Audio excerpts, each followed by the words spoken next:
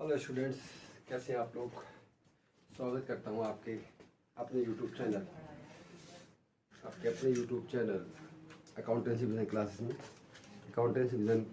Classes में जैसा कि आपको पता है कि इस चैनल के माध्यम से मैं आपको 11th-12th लेवल पर अकाउंटेंसी बिजनेस स्टडीज़ और इकोनॉमिक्स के बारे में गाइडेंस प्रोवाइड करता हूं। और हमारा 11th क्लास का most important chapter general entry चल रहा है, जो कि 10th पास आउट बच्चे जो 11th क्लास में कॉमर्स स्ट्रीम ऑप्ट करते हैं उनके लिए बेस है।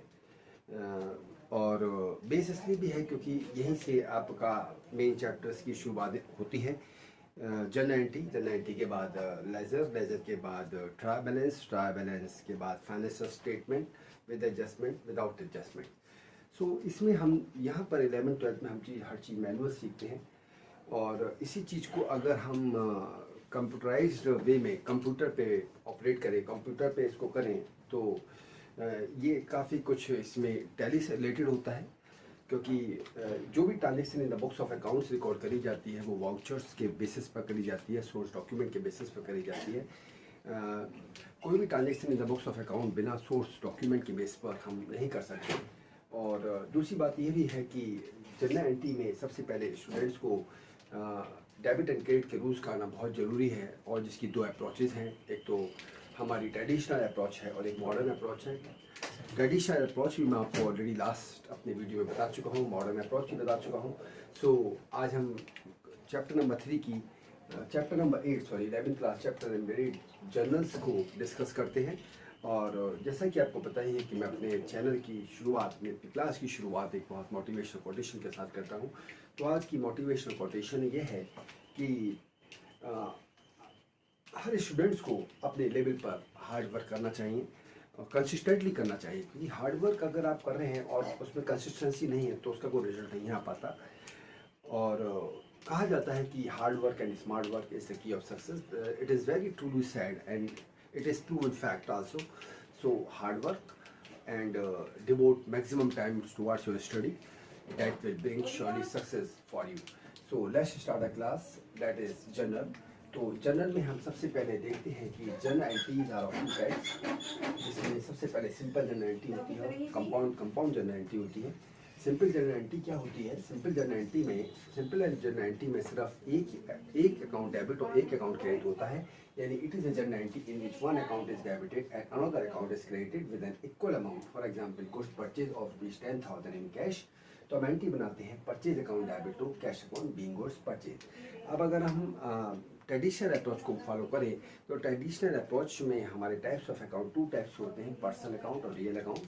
पर्सनल अकाउंट में इंडिविजुअल फॉर्म ऑफ कंपनी आती है। Real account further divided into 2 parts, personal account further divided into 2 parts, real account and nominal account. Real account में सारी टेंजिबल इंटेंजिबल एसेट्स आती हैं, सिर्फ एक्सक्लूडिंग डेटर्स। और अगर हमारा nominal account expenses and losses, incomes and gains आते हैं। तो अगर मैं परचेज एक कंप्लीट ट्रांजेक्शन में देखूँ, goods purchase of ₹10,000 in cash, ये कंप्लीट ट्रांजेक्शन है। इस ट्रांजेक्शन में 2 अकाउंट रिफ्लेक्टेड होंगे, परचेज्ड और कैश। कैश हमारा रियल अकाउंट से ऑपरेट होता है। रियल अकाउंट कहता है debit what comes in, credit what goes out. और अगर मैं परचेज की बात करूं तो परचेज मेरा एक्सपेंस है और एक्सपेंस को मैं नॉमिनल अकाउंट से ऑपरेट करता हूं। तो नॉमिनल अकाउंट बताता है debit all the losses and expenses. So अगर हमारा परचेज एक्सपेंस है तो अगर मैं नॉमिनल का रूल फॉलो करता हूं तो परचेज मेरा डेबिट हो गया। और कैश, अगर मैं रियल अकाउंट का रूल ऑपरेट करूं तो रियल अकाउंट हमारा कहता है debit what comes in, credit what goes out. तो जब आप कुछ परचेज करते हो तो कैश का आउटफ्लो ऑफ कैश होता है, इसलिए एंट्री बनी purchase account debit to cash account being goods purchase. This is called narration. After a compound journal entry, it is a journal entry in which one or more than one account are debited and more than one account are credited. यानी वो journal entry जिसमें एक से ज़्यादा accounts debit हो या एक से ज़्यादा अकाउंट्स क्रेडिट हो, वो मेरी कंपाउंड जर्नल एंट्री कहलाती है। जैसे sale of goods to X for ₹15,000, ₹5,000 received in cash and the balance to be received later. तो हमारी एंट्री बनी कैश और bank account debit, X account debit. किसी भी नेम के आप अकाउंट नहीं लगा सकते जब तक कि आप उसके आगे एस नहीं लगाएंगे। एस लगाकर आप उसमें अकाउंट लगा सकते हैं टू सेल्स अकाउंट। यानी कैश और बैंक मेरा रियल अकाउंट्स से कनेक्टेड है। रियल अकाउंट क्या कहता है, डेबिट व्हाट कम्स इन, तो इनडायरेक्ट ट्रांजेक्शन आपके पास कैश आ रहा है इसलिए cash account debit. X account, X मेरा डेटर्स है, डेटर्स से मेरी एसेट्स है, apply the same rule. Real account X account debit. Sales क्या है आपका, रेवेन्यू है। रेवेन्यू का रूल क्या कहता है, रेवेन्यू का रूल कहता है रेवेन्यू का मतलब, रेवेन्यू से मतलब ये है कि नॉमिनल अकाउंट का रूल कहता है, क्योंकि नॉमिनल अकाउंट में expense and losses, incomes and gains के रिगार्डिंग रूल्स है। तो रूल है debit what, debit all the expenses and losses, credit all the incomes and gain. तो जब आप सेल्स करेंगे तो ये रेवेन्यू अकाउंट से ऑपरेट होगा जो कि नॉमिनल अकाउंट है, तो हमने सेल्स को इसमें क्रेडिट करा। यानी हमेशा याद रखिए, परचेज हमेशा डेबिट होती है, सेल्स हमेशा क्रेडिट होती है। परचेज रिटर्न या रिटर्न आउटवर्ड हमेशा क्रेडिट होती है, सेल्स रिटर्न या रिटर्न इनवर्ड हमेशा डेबिट होती है। Okay, is it clear?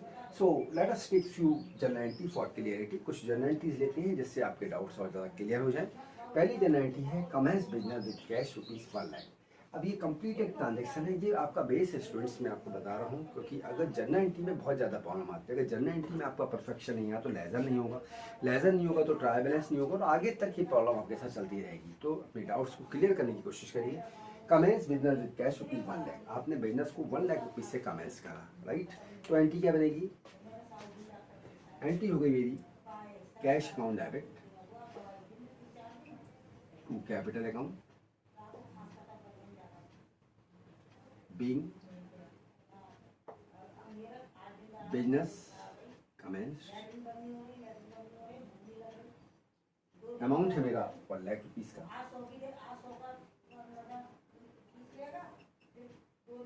जब मैं बिजनेस को कमेंस करूंगा तो मेरी एंट्री बनी cash account debit to capital account, क्योंकि जब हम बिजनेस में पैसा इन्वेस्ट करते हैं तो हमारा बिजनेस एंटिटी कॉन्सेप्ट अप्लाई होता है। और बिजनेस एंटिटी कॉन्सेप्ट में आपको कई बार बता चुका हूँ कि बिजनेस एंटिटी कॉन्सेप्ट के अकॉर्डिंगली बिजनेस और बिजनेसमैन की एंटिटी बिल्कुल डिफरेंट होती है।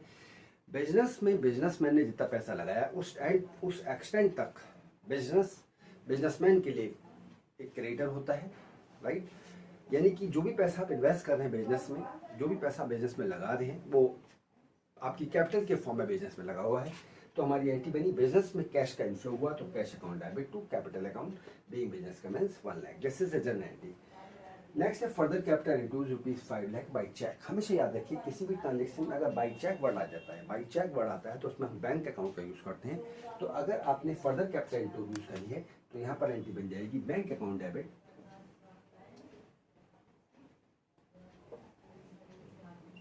टू कैपिटल अकाउंट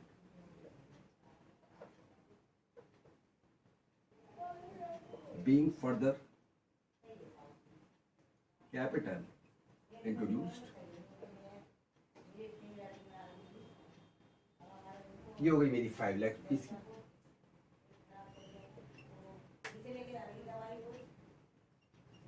आपने फर्दर कैपिटल इन्वेस्ट करा तो एंट्री बन गई bank account debit to capital account, further capital introduce. फिर है Honey started business introducing capital of ₹1 lakh in cash and ₹2 lakh by cheque. अब यहाँ पर भी बिजनेस से पैसा लगाया गया 1 लाख कैश के थ्रू और ₹2 लाख चेक के थ्रू। तो जो पैसा कैश के थ्रू लगा है उसमें कैश अकाउंट डेबिट, जो पैसा चेक के थ्रू इन्वेस्ट करा उसमें bank account debit to capital account being capital introduced. कितना पैसा कैश में लगाया है 1 लाख और 2 लाख चेक के थ्रू, टोटल आ गया 3 लाख। इस तरह से हमने ये जनरलिटी पास करी। कैश के थ्रू 1 लाख इन्वेस्ट करा गया और चेक के थ्रू ₹2 लाख इन्वेस्ट करा गया to capital account capital introduced. इसका स्क्रीनशॉट ले लीजिए, मुझे इसको रब करना पड़ेगा स्टूडेंट्स। तो ये एंट्री हो गई, ये एंट्री हो गई, ये एंट्री हो गई। ओके ये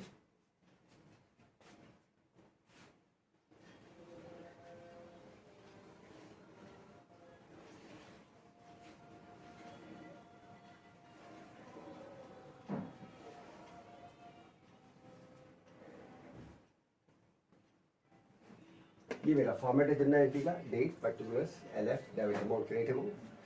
फिर है मेरा deposit ₹2 lakh in bank, bank में आपने ₹2 लाख डिपॉजिट करा, राइट। तो bank account debit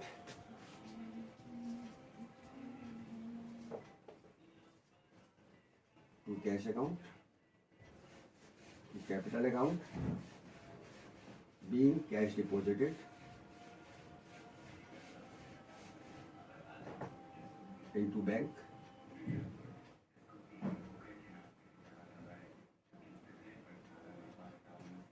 $20,000।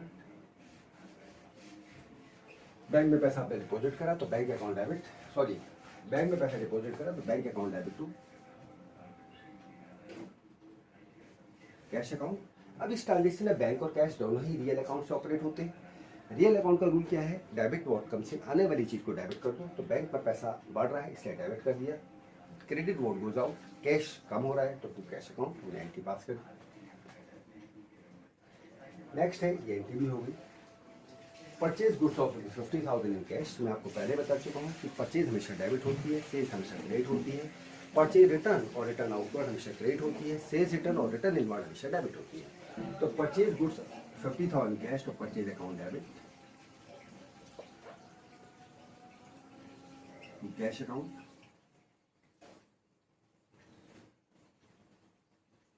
Being goods purchased, amount है 50,000। टैली में भी सब कुछ यही है। टैली तो आप समझते होंगे, टैली का मतलब transaction allowed in linear line yard. इसमें भी वही सब कुछ है, बट उसमें आपको एक सिस्टम, एक सॉफ्टवेयर होता है, उसमें चीज़ों को 2x2 करना होता है। कुछ ट्रीटमेंट उसमें स्टार्टिंग वही है, journal entry, ledger, trial balance, financial statement with adjustment, without adjustment, stores है, फिर कुछ जीएसटी का ट्रीटमेंट है। जीएसटी में आईजीएसटी, सीजीएसटी, एसजीएसटी, यूटीजीएसटी तो है ही नहीं, 3 टाइप की जीएसटी है, आईजीएसटी है, सीजीएसटी है और एसजीएसटी है। तो ये एंट्री हुई। सबसे पहले कोई भी जर्नल एंट्री आ जाए, स्टूडेंट्स कोई भी जर्नल एंट्री आ जाए, सबसे पहले आप उसको अकाउंट्स कौन सा रूल ऑपरेट होगा उससे रिलेट करिए, उस रूल को अप्लाई कर दिए, that's all, nothing more you need to do. Rocket science नहीं चाहिए जर्नल एंट्री को करने के लिए, सिर्फ आपको क्या करना है, रूल्स को उससे कनेक्ट करना है। कोई भी ट्रांजेक्शन है, 2 एस्पेक्ट है, 2 एस्पेक्ट्स पर बेस्ड होती है, उस 2 एस्पेक्ट से रिगार्डिंग अकाउंट्स के रूल्स को अप्लाई करिए, rules of debit and credit follow करिए, जर्नल एंट्री का भी गलत हो ही नहीं सकती। नेक्स्ट है purchase goods of ₹10, purchase goods of ₹1 lakh against cheque. आपने 1 लाख रुपीज से गुड्स परचेज करा अगेंस्ट चेक। अब चेक है तो चेक में बैंक यूज करना है। एंट्री बन गई, purchase account debit to bank account,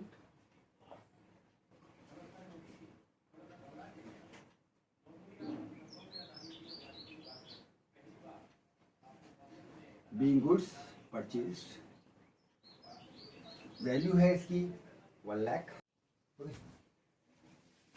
so students, ये कुछ जर्नल एंट्रीज हमने देखी फॉर द क्लियरिटी कि एक्चुअली जब हम कोई ट्रांजेक्शन रिकॉर्ड करते हैं तो उसमें क्या रूल्स अप्लाई करना है।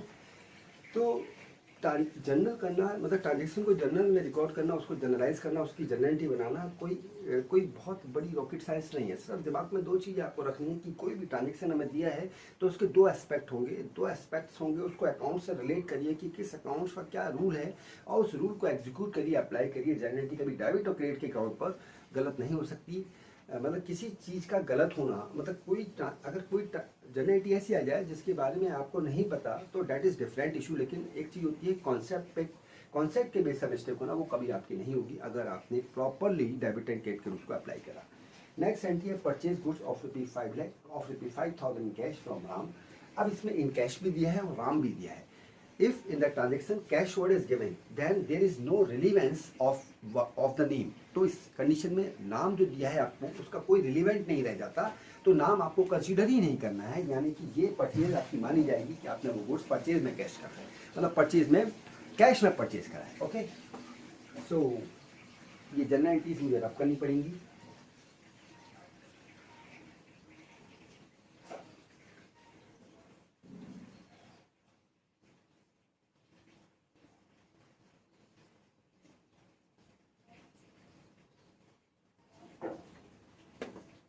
तो एंट्री बन गई हमारी purchase account debit to cash account, being goods purchased,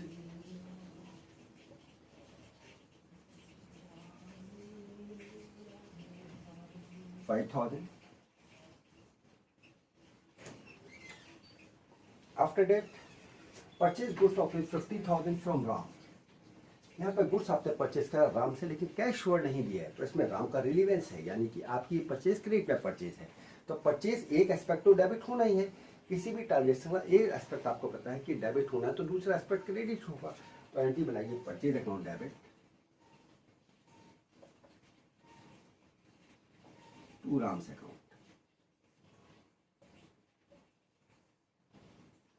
being goods purchase 50,000। So ये हमारी जर्नल एंट्री है। हमने 8 ट्रांजेक्शन को रिकॉर्ड करके देखा, जस्ट फॉर क्लियरिटी कि बेसिकली ट्रांजेक्शन को कैसे रिकॉर्ड करा जाता है in the books of journal. यही सब कुछ हम टैली में सीखते हैं, बस टैली में उस चीज़ को हम कंप्यूटराइज्ड वे में सीखते हैं। मैनुअल चीज़ को रिकॉर्ड करना, मैनुअली चीज़ को करना इज़ टफ कंपेयरिंग टू अगर आप उसे कंप्यूटर पर मेंटेन करते हैं। टैली में भी यही सब कुछ है, टैली में भी ट्रांजेक्शन की जर्नैलिटी बेसिक आपको उसमें भी क्लियर करना पड़ेगा। जर्नैलिटी आपको आनी चाहिए, लेजर आपको आना चाहिए, ट्रायल बैलेंस आपको आना चाहिए, फाइनेंशियल स्टेटमेंट आपको आना चाहिए, स्टोर लेजर आपको आना चाहिए, जीएसटी का ट्रीटमेंट आपको आना चाहिए। GST is very important nowadays, and you know very well about the GST. GST is indirect tax, and first July 2017, or yes, 1st July 2017 is celebrated as a GST day in our country. और GST 3 types की होती है, IGST, CGST, SGST. IGST stands for Integrated Goods and Service Tax, CGST Central Goods and Service Tax, and SGST Sales Goods and Service Tax. That I will discuss when I will come on the topic. GST का एक topic है 11वीं class में, जब हम उस topic को discuss करेंगे तो हम GST के बारे में पढ़ेंगे। GST के स्लैब्स हैं 0%, 5%, 12%, 18% एंड 28%। और ये GST किन किन चीज़ों पे किस रेट से लगती है, that I will tell you very clearly when I will go for the chapter of GST of 11th class. So आज के लिए क्लास को यहीं कंप्लीट करते हैं। ये कुछ ट्रांजेक्शन्स देखिए, नेक्स्ट क्लास में नेक्स्ट उस नए ट्रांजेक्शन के साथ मैं आपके सामने फिर आऊँगा आपके अपने YouTube channel accountancy vision classes में।